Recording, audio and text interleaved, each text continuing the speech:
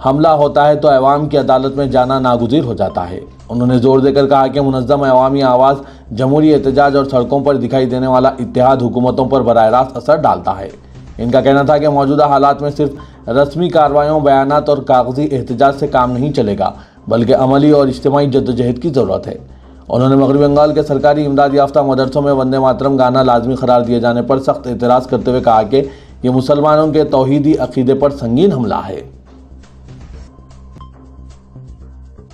ریاست کرناٹک کی سیاست کو ایک بار پھر وزیر اعلیٰ سدھارمیہ اور نائب وزیر اعلیٰ ڈی کے شیو کمار کے درمیان ایک ذاتی مقابلے کے طور پر دیکھا جا رہا ہے۔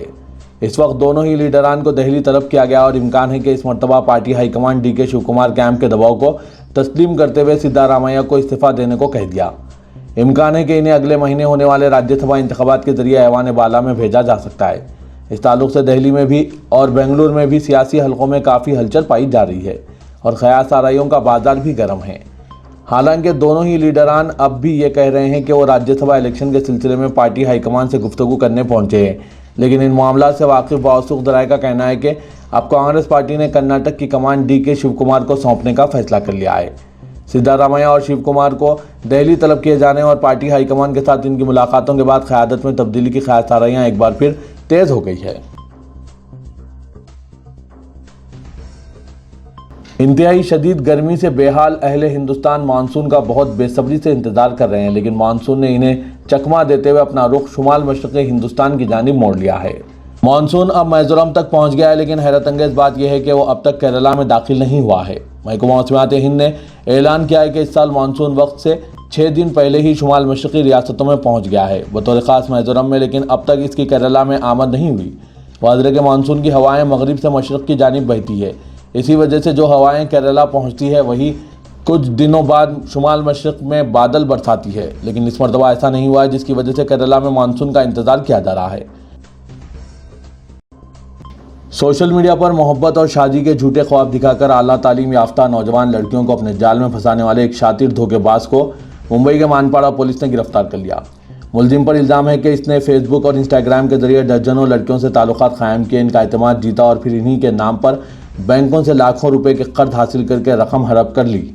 پولیس تحقیقات میں انکشاف آیا کہ ملزم اب تک 140 سے زائد نوجوان خواتین کو اپنا شکار بنا چکا ہے، جن میں چند مسلم لڑکیاں بھی شامل ہیں۔ اس ذرائع کے مطابق آدرش مہاترے نہایت منصوبہ بند طریقے سے سوشل میڈیا پر سرگرم رہتا تھا۔ وہ پہلے نوجوان لڑکیوں سے دوستی کرتا، پھر محبت کا ڈرامہ رچا کرتا ان کے قریب آ جاتا اور رفتہ رفتہ ان کا مکمل اعتماد حاصل کر لیتا تھا۔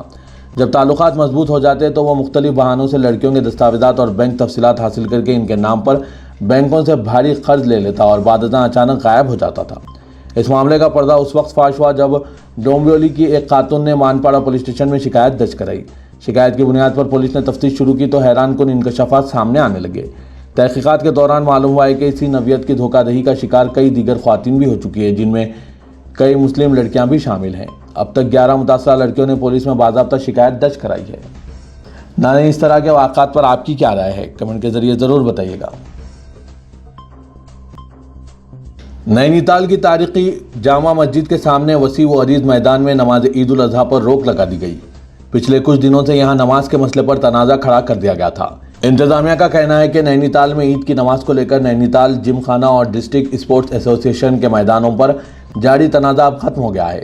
ضلع انتظامیہ نے واضح کیا ہے کہ ڈی ایس اے گراؤنڈ میں عید کی نماز ادا نہیں کی جائے گی۔ ضلعی مجسٹریٹ نے کہا ہے کہ نماز مساجد اور نجی احاطے میں ادا کی جانی چاہیے۔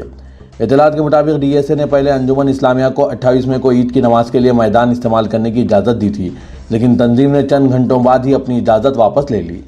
اس نے شہر میں بحث اور تنازع پیدا کر دیا۔ ضلع مجسٹریٹ نے اب صورتحال کو واضح کرتے ہوئے کہا کہ ڈی ایس اے گراؤنڈ بنیادی طور پر کھیلوں کی سرگرمیوں کے لیے مختص کیے گئے ہیں اور اس وقت وہاں مختلف کھیلوں کے مقابلے اور ٹورنامنٹ منعقد کیے جا رہے ہیں، اس لیے مذہبی تقریبات کے لیے میدان استعمال نہیں کیے جا سکتے۔ پڑوسی ممالک سے در اندازی کے باعث آبادی میں ہو رہی تبدیلیوں کو سنجیدگی سے لیتے ہوئے حکومت نے ریٹائرڈ جج جسٹس پرکاش پربھاکر ناولیکر کی سربراہی میں آبادیاتی تبدیلیوں پر ایک اعلیٰ سطحی کمیٹی تشکیل دے دی ہے۔ کمیٹی میں commissioner Mrityunjay Kumar Narayan, retired I A S افسر Durga Shankar Mishra, retired I P S افسر بالاجی سریواستو اور ماہر معاشیات ڈاکٹر شمیکا روی کو رکن بنایا گیا، جبکہ وزارت داخلہ میں جوائنٹ سیکریٹری انل سبرامنیم کو کمیٹی کارکن سیکریٹری مقرر کیا گیا۔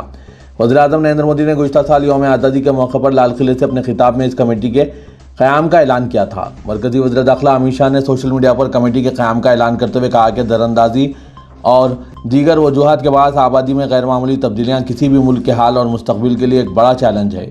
امت شاہ نے کہا کہ آبادی میں تبدیلی ملک کی خود مختاری، قومی سلامتی، امن و امان، سماجی ڈھانچے میں بڑی تبدیلیوں اور قبائلی برادریوں کے تحفظ سے جڑا ایک سنجیدہ مسئلہ ہے۔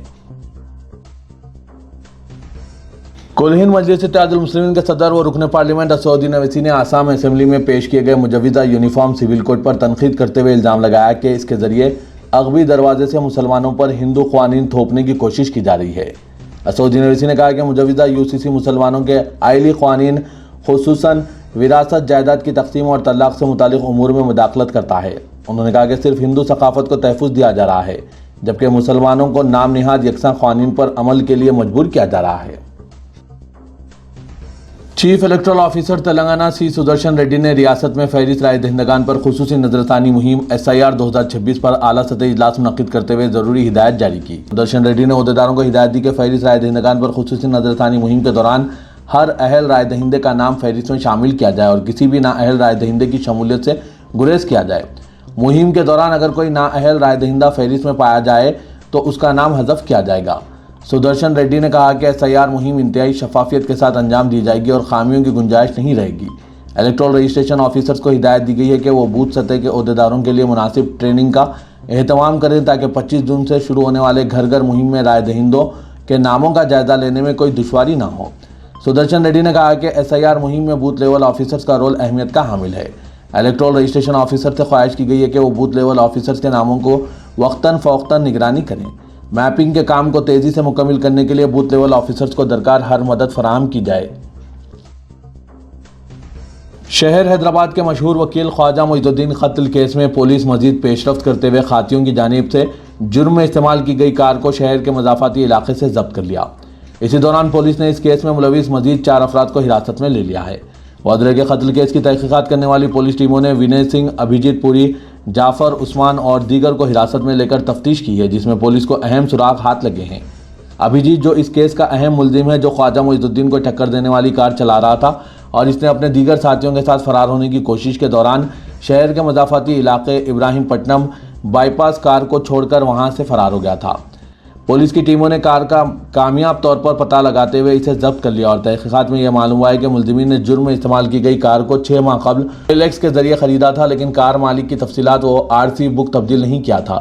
موثوق ذرائع نے بتایا کہ قتل کو انجام دینے کے دوران بعض ملزمین نے اسے اسمارٹ فون کا نہیں بلکہ بٹن والے فون کا استعمال کیا تھا اور نئے SIM کارڈ بھی حاصل کیے گئے تھے۔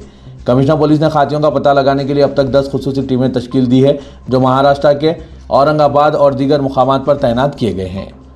تازہ ترین کارروائی میں پولیس نے ایک کالج کے انتظامیہ کے بعض افراد کو بھی حراست میں لیا ہے، جن پر اس کیس میں ملوث ہونے کا شبہ ہے۔ حالانکہ پولیس نے مشتبہ افراد کو اس کیس کی تحقیقات کے دوران 2 دن قبل ہی حراست میں لے لیا ہے۔ اسی دوران ڈائریکٹر جنرل پولیس CV آنند نے معیز الدین کی خود سپردگی سے متعلق پریس کانفرنس کے دوران خواجہ معیز الدین قتل کیس پر صحافیوں کی جانب سے کیے گئے سوالات کے جواب میں کہا کہ اس کیس کی تحقیقات شفافیت سے کی جا رہی ہے اور کمشنر پولیس حیدرآباد اس کیس اور قتل کی سازش سے متعلق تمام تفصیلات کا پریس کانفرنس میں اعلان کریں گے۔ تلنگانہ میں 28 میں عید الاضحیٰ کے موقع پر پاسپورٹ خدمات دستیاب نہیں رہیں گی۔ مرکزی حکومت کی جانب سے عید الاضحیٰ کی تعطیل 27 میں کے بجائے 28 میں تبدیل کی گئی۔ حکومت کی جانب سے اعلان کردہ تعطیل کی فہرست میں 27 میں درج کیا گیا تھا، تاہم رعایت ہلال کے تحت عید الاضحیٰ 28 میں کو مقرر ہے، لہذا تعطیل کو بھی تبدیل کر دیا گیا۔ ڈپٹی پاسپورٹ آفیسر حیدرآباد آئی سرینیواس ریڈی نے بتایا کہ پاسپورٹ آفس ریاست کے تمام پاسپورٹ سیوا کیندر اور post office passport Seva Kendra 28 میں جمعرات کو بند رہیں گے، تاہم آج تمام سیوا کیندر میں خدمات جاری ہے۔ تلنگانہ کے director general of police CV آنند کے روبرو سینئر ماویسٹ روپوش رہنما پاسونوری نراہری عرف وشوناتھ بیوی اور سینئر ماویسٹ رہنما M ڈائنما عرف لتا پونم کے ہمراہ خود سپردگی اختیار کر لی۔ پولیس نے اس پیش رفت کو تنظیم کے مشرقی خطے کے لیے ایک بڑا جھٹکا قرار دیا اور کہا کہ وہ اب تقریباً زوال کی سمت ہے۔ 64 سالہ پاسونوری نراہری ہنمنکنڈا ضلع کے قاضی پیٹ منڈل کے سومیری ولیج سے ہے۔ اس سلسلے میں ڈائریکٹر جنرل پولیس CV آنند نے پریس کانفرنس میں کہا کہ نراہری نے 1982 میں طالب علم کے ایک دوران ریڈیکل اسٹوڈنٹس یونین سے وابستگی کے بعد موومنٹ میں شمولیت اختیار کی۔ دہائیوں میں وہ ایک دلم رکن سے شروع کر کے کمانڈر، ریجنل کمیٹی ممبر، اسٹیٹ کمیٹی ممبر اور بالآخر 2017 میں سینٹرل کمیٹی کے رکن تک پہنچ گئے۔ پولیس کا کہنا ہے کہ نرہری نے چند ریاستوں جن میں چھتیس گڑھ، مہاراشٹر، بہار اور جھارکھنڈ شامل ہیں، اس میں تنظیم کے ٹیکنیکی آپریشنز کا ذمہ دار تھا۔ نیوز ایڈیٹر سیاست جناب عامر علی خان نے معاشی طور پر انتہائی پسماندہ مسلمانوں پر زور دیا کہ وہ اپنا حق مانگیں۔ اگر حکومت سے اپنا حق مانگنے سے گریز کریں گے تو حکومت بھی ان کی مدد نہیں کرے گی۔ آج ان محروم طبقات کو معاشی طور پر بااختیار بنانا ضروری ہے، اور اسی مقصد کے تحت انہوں نے پتھر پھوڑنے کے پیشے سے وابستہ طبقے کی مدد کا بیڑا اٹھایا۔ چنانچہ اس کے لیے خود انہوں نے پہل کی اور 100 سے زائد مرد و خواتین میں پتھر پھوڑنے والی مشینوں یا اسٹون کٹنگ مشینوں کے ساتھ سلائی مشینوں کی تقسیم عمل میں لائی۔ انہوں نے یہی چاہا کہ حکومت مسلمانوں کے اس پسماندہ طبقات کی مدد کے لیے آگے آئیں، اور آج بھی ان کی یہی خواہش ہے کہ غریب مسلمان معاشی ترقی کی راہ پر گامزن ہوں۔ جناب عامر علی خان چوٹوپل میں منعقدہ ایک خصوصی تقریب سے خطاب کر رہے تھے۔ اس پروگرام میں جناب عامر علی خان کے قائم کردہ سیاست ہب فاؤنڈیشن کی جانب سے پتھر پھوڑنے کے پیشے سے وابستہ 50 افراد میں اسٹون کٹنگ مشینوں کی تقسیم عمل میں آئی۔ اس موقع پر CPI کے MLC ستیم بھی موجود تھے۔ جناب عامر علی خان نے کہا کہ اس پیشے سے وابستہ لوگوں کی مدد کے لیے انہوں نے ریاستی اقلیتی مالیاتی کارپوریشن کے ذریعے ایک اسکیم شروع کروانے کا منصوبہ بنایا تھا، اور اس ضمن میں یہ اعلان بھی کیا گیا تھا کہ کم از کم 2000 ورکروں میں 5 کروڑ کی لاگت سے مشینوں کی تقسیم عمل میں لائی جائے گی، لیکن ایسا نہیں ہو سکا۔ انہوں نے شرکاء کو یاد دلایا کہ آج حکومت بہبودی اسکیمات کے لیے کوئی رقم نہیں دے رہی ہے۔ آپ کو اس کے لیے جمہوری انداز میں لڑنا ہوگا اور اپنا حق حاصل کرنا ہوگا، تبھی آپ سب معاشی اعتبار سے بااختیار ہوں گے۔ کل جمعرات کو شہر حیدرآباد کے عیدگاہوں اور مساجد میں عید الاضحیٰ کے نمازوں کے اوقات کار کچھ اس طرح ہے۔ مسجد بغدادی ٹیک نامپلی میں نماز عید صبح 6 بجے ہوگی۔ مولانا سید عاصم نقشبندی امامت کریں گے اور خطبہ دیں گے۔ نماز سے قبل جناب سید معید الدین احمد مختار بیان کریں گے۔ نماز فجر اس مسجد میں 5:15 پر ہوگی۔ جامع مسجد ذیل سیف سعید عیدی بازار بند ناکے میں بھی نماز فجر 4:50 پر ہوگی، جہاں نماز عید 6 بجے ادا کی جائے گی۔ مولانا سید شاہ وسیم الدین احمد قادری امامت و خطابت کے فرائض انجام دیں گے۔ عیدگاہ حضرت اجالہ شاہ رحمۃ اللہ علیہ میں عید الاضحیٰ کی نماز 7 بجے ادا کی جائے گی۔ نماز سے قبل ڈاکٹر سید اسلام الدین مجاہد کا خطاب ہوگا۔ حافظ و قاری مولانا شوکت اللہ غوری خطبہ دیں گے اور امامت کریں گے۔ عیدگاہ گنبدان قطب شاہی گولکنڈے میں نماز عید الاضحیٰ 8:45 بجے ادا کی جائے گی۔ خطابت و امامت کے فرائض مولانا قاری سید متین علی شاہ قادری انجام دیں گے۔ جو حضرات کرسی پر بیٹھ کر نماز پڑھتے ہیں ان سے التماس ہے کہ وہ کرسی ساتھ لے آئیں۔ عیدگاہ صنعت نگر میں نماز عید الاضحیٰ 9 بجے ادا کی جائے گی۔ ڈاکٹر محمد سراج الرحمان فاروقی امامت و خطابت کریں گے۔ عیدگاہ پہاڑی شریف میں بھی نماز عید الاضحیٰ 9 بجے ادا کی جائے گی۔ مولانا سید حبیب محمد عمر حسینی قادری خطاب کریں گے۔ امامت و خطابت کے فرائض مولانا محمد عبد الرحمان شاہ قادری انجام دیں گے۔ شاہی مسجد باغ عامہ میں بھی عید الاضحیٰ کی نماز صبح 9 بجے ادا کی جائے گی۔ نماز سے قبل مولانا حافظ محسن بن محمد ہمومی کا خطاب ہوگا۔ تاریخی عیدگاہ میرعالم میں صبح 9:30 بجے نماز عید الاضحیٰ ادا کی جائے گی۔ امامت کے فرائض رضوان قریشی خطیب مکہ مسجد ادا کریں گے۔ عیدگاہ جلپلی وادی مصطفیٰ میں نماز عید 8:30 بجے ادا کی جائے گی۔ مولانا حافظ سیف حسینی فضائل بیان کریں گے۔ مفتی امام ریاض احمد اشرفی امامت کریں گے۔ مسجد کمیلہ یاقوت پورے میں نماز عید 8:30 بجے ہوگی۔ عیدگاہ خدیم فصل انصر احمد نگر میں نماز عید الاضحیٰ 8 بجے ادا کی جائے گی۔ قبل از نماز مولانا سید شاہ نجیب الدین قادری کا خطاب ہوگا، جبکہ امامت حافظ سید عمران قادری کریں گے اور عربی خطبہ مولانا محمد منیر الدین نوری دیں گے۔ جامع مسجد عالیہ گن فاؤنڈری میں نماز عید 8 بجے ادا کی جائے گی۔ مولانا محمد عبد الرحمان امامت کریں گے۔ جامع مسجد پائیگاہ بشیر باغ میں نماز عید 6:30 بجے ادا کی جائے گی۔ حافظ مقیت الرحمان امامت کریں گے اور خطبہ دیں گے۔ مسجد عامرہ ایبٹس میں نماز عید الاضحیٰ صبح 6:15 بجے ادا کی جائے گی۔ مسجد محبوب شاہی مالا کنٹا معظم جاہی مارکیٹ میں نماز عید صبح 6:15 بجے ادا کی جائے گی۔ مسجد عثمان غنی حافظ بابا نگر میں نماز عید صبح 6:10 پر ادا کی جائے گی۔